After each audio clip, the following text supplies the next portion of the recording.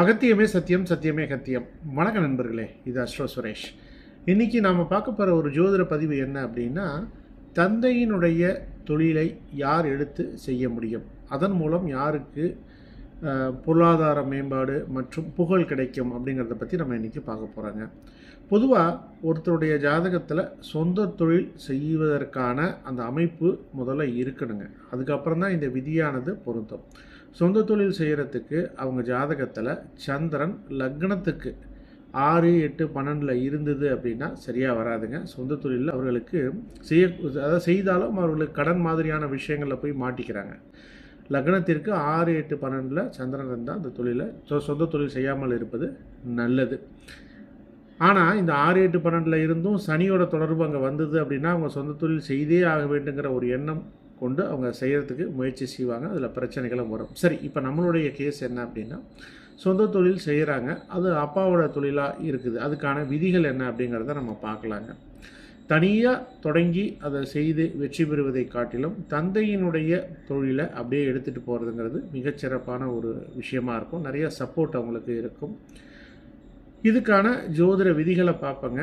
ஜாதகத்தில் 10ஆம் அதிபதியும் 9ஆம் அதிபதியும் தொடர்பில் இருந்தது அப்படின்னா, 9, 10 இருக்கிறது, 10, 9 இருக்கிறது, இல்லை 9, 10 ரெண்டும் தொடர்பில் சேர்ந்து 2 கிரகங்களும் சேர்ந்து ஒரு இடத்துல இருக்கிறது அப்படிங்கிறது தந்தையினுடைய தொழிலை செய்யக்கூடிய ஒரு வாய்ப்பை அது கொடுக்கும்.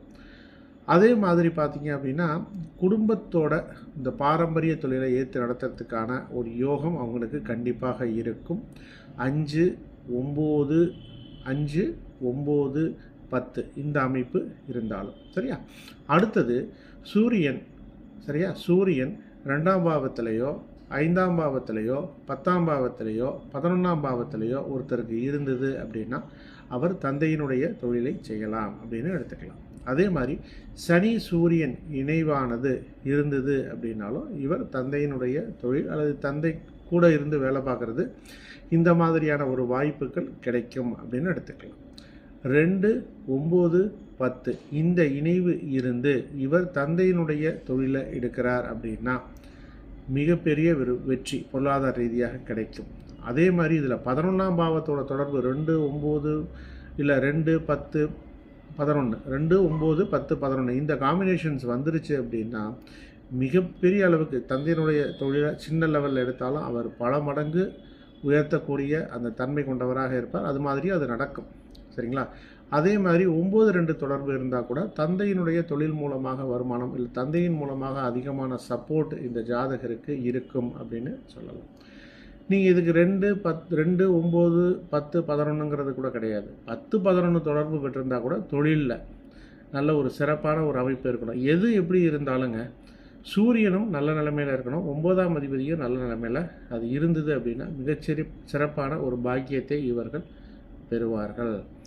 தந்தையுடைய ஆலோசனை வழிகாட்டுதல் இது தொழிலில் இருந்தது அவங்களுக்கு கிடைச்சதுன்னா மிகப்பெரிய பலமாக இருக்கும்.